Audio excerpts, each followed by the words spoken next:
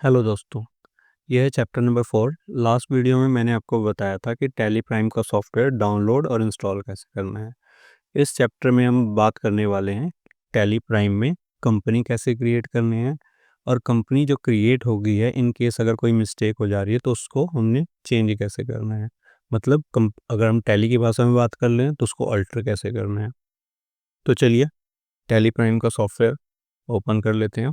तो जैसे ही tally prime का सॉफ्टवेयर हम ओपन करते हैं तो कुछ इस तरीके का इंटरफेस ओपन होता है। तो अभी मेरे पास लाइसेंस नहीं है इसलिए मैं एजुकेशनल मोड को ओपन कर रहा हूँ। अब इससे कंटिन्यू करने के लिए क्या करना है हमने, या तो इस पर आप क्लिक कर सकते हैं या तो आप कीबोर्ड में एंटर बटन हिट कर सकते हैं या यहाँ पे एक शॉर्टकट दिया हुआ है टी। आपके पास 3 तरीके हैं, आप जो मर्जी यूज़ कर सकते हैं। अब जैसे मैं एंटर हिट कर रहा हूँ, यहाँ पे एंटर हिट होते ही कुछ इस तरीके का इंटरफेस ओपन होगा। अब यहाँ पे आपके पास अगर कोई कंपनी बनी हुई है तो सारी की सारी कंपनियों का लिस्ट यहाँ पे आ जाता है। अगर आपके पास कंपनी नहीं बनी है तो यहाँ पे कंपनी क्रिएट कर सकते हैं। अब यहाँ हम बात कर लेते हैं कि कंपनी हमने क्रिएट क्यों कर रहे हैं यहाँ पे। तो क्योंकि कोई भी काम हो, चाहे वो सेल कर रहे हैं हम, कोई परचेज कर रहे हैं या एनीथिंग एल्स कुछ भी हो, तो वो सारा का सारा काम हमारा किसी कंपनी या फर्म के अंदर आता है। इसलिए कंपनी क्रिएट करना ज़रूरी है, क्योंकि टैली प्राइम में आप बिना कंपनी क्रिएट किए कोई भी एंट्री नहीं क्रिएट कर सकते हो। तो कंपनी क्रिएट करने के लिए हमने करना क्या है, यहाँ क्रिएट कंपनी का ऑप्शन दिया हुआ है। इस ऑप्शन को सेलेक्ट करके या आप माउस पे जाके माउस से यहाँ पे क्लिक कर सकते हैं या कीबोर्ड से इस ऑप्शन को सेलेक्ट करके एंटर हिट करेंगे। तो जैसे ही आप एंटर हिट करोगे नेक्स्ट इंटरफेस ओपन हो जाता है कंपनी क्रिएट। सबसे पहले यहाँ पे दिया हुआ है कि कंपनी का नेम क्या है, कुछ बेसिक डिटेल्स हैं जब हम कंपनी क्रिएट करते हैं। जैसे कंपनी का नेम क्या है सबसे पहले, तो मैं कंपनी का नाम कोई भी एक डमी वर्जन रख लेता हूँ, जैसे लॉजिक चैप्टर प्राइवेट लिमिटेड। ये मेरी कंपनी का नाम हो गया। जनरली हम जब कंपनी क्रिएट करते हैं तो कंपनी नेम और मेलिंग नेम हमेशा सेम ही होता है। अब ये जो मेलिंग नेम है ये जब भी आप इनवॉइस प्रिंट करोगे तो यहाँ पे आपको शो होगा। इसके अलावा एड्रेस, कंपनी का जो भी एड्रेस आप रखना चाहते हो, जैसे मैं अभी रख रहा हूँ 412 ए मॉडल टाउन। अगर आप चाहते हो कि अगला जो एड्रेस है वो न्यू लाइन में है तो यहाँ पे एंटर हिट कर सकते हैं, साउथ सिटी। आगे एंटर हिट करके आते हैं स्टेट पे। स्टेट क्या सिलेक्ट करना है आपने, स्टेट आपकी कंपनी का होगा कि आपकी कंपनी कहाँ की है, किस स्टेट से बिलोंग करती है। तो फिलहाल मैं लिख रहा हूँ पंजाब। यहाँ पे by default country name India है। पिन कोड आप फिल कर सकते हैं, जो आपका एरिया का पिन कोड है।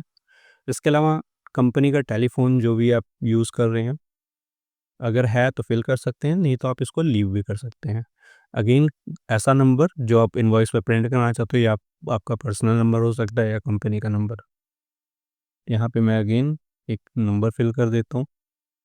तो फैक्स आजकल कोई यूज़ नहीं करता है। इन केस अगर आप फैक्स नंबर यूज़ कर रहे हो, फैक्स यूज़ कर रहे हो, तो यहाँ पे वो नंबर डाल सकते हो।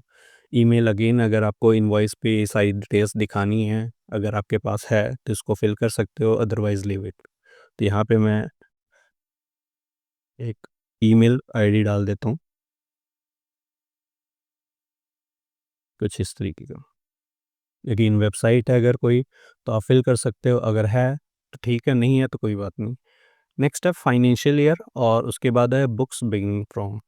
फाइनेंशियल ईयर क्या है, जैसे हम कैलेंडर की बात कर लेते हैं, नॉर्मल कैलेंडर की, जिसको हम इंग्लिश कैलेंडर कहते हैं। अब इंग्लिश कैलेंडर का जो मंथ स्टार्ट होता है वो हमारा स्टार्ट होता है 1 जनवरी से और एंड होता है 31 दिसंबर, 31 दिसंबर को लास्ट दिन होता है। सेम इसी तरह फाइनेंशियल ईयर जो होता है वो 1 अप्रैल से स्टार्ट होता है और 31 मार्च, 31 मार्च को उसका लास्ट डेट होता है। तो यहाँ पे बाय डिफ़ॉल्ट हमने रखना है 1 अप्रैल 2025 फाइनेंशियल ईयर।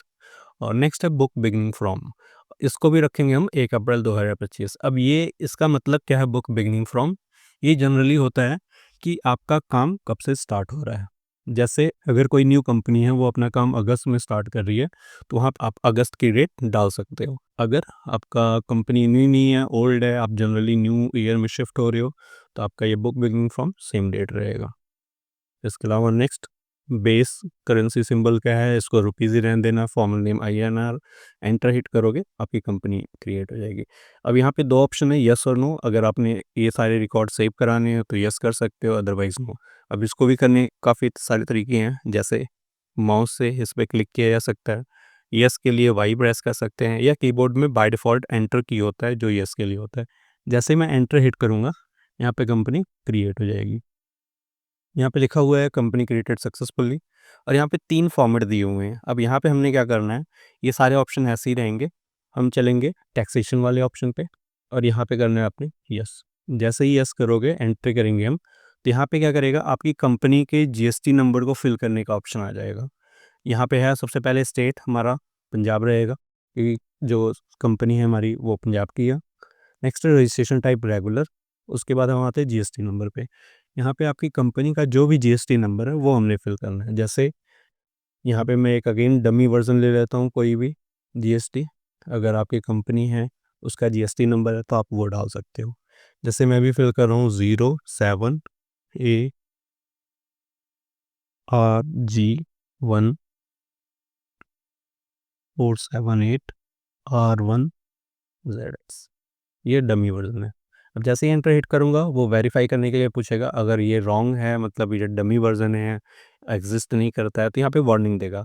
अगर आपका ये एक्चुअल में है तो किसी तरह की वार्निंग नहीं आएगी, अगर वैसे ही कोई है, फेक है, तो यहाँ पे वार्निंग देगा। आप इसमें दोनों तरीके से कंटिन्यू कर सकते हो, अगर रियल ठीक है, अगर नहीं है तो भी आप एंटर हिट करोगे तो उसे ये एक्सेप्ट कर लेगा। इसके अलावा यहाँ पे कोई चेंजेस नहीं करने हैं। नेक्स्ट एंटर हिट कर करके हम इसको सेव कर लेंगे। तो ये हमारा कंपनी क्रिएट हो चुका है। आपने ये याद रखना है कि जब भी आप एक बार कंपनी क्रिएट कर लेते हो, तो वो कंपनी बार-बार क्रिएट करने की ज़रूरत नहीं पड़ती है। एक बार जब हमने कंपनी क्रिएट कर ली, तो ये ऑटोमैटिकली यहाँ पे सेव हो जाता है।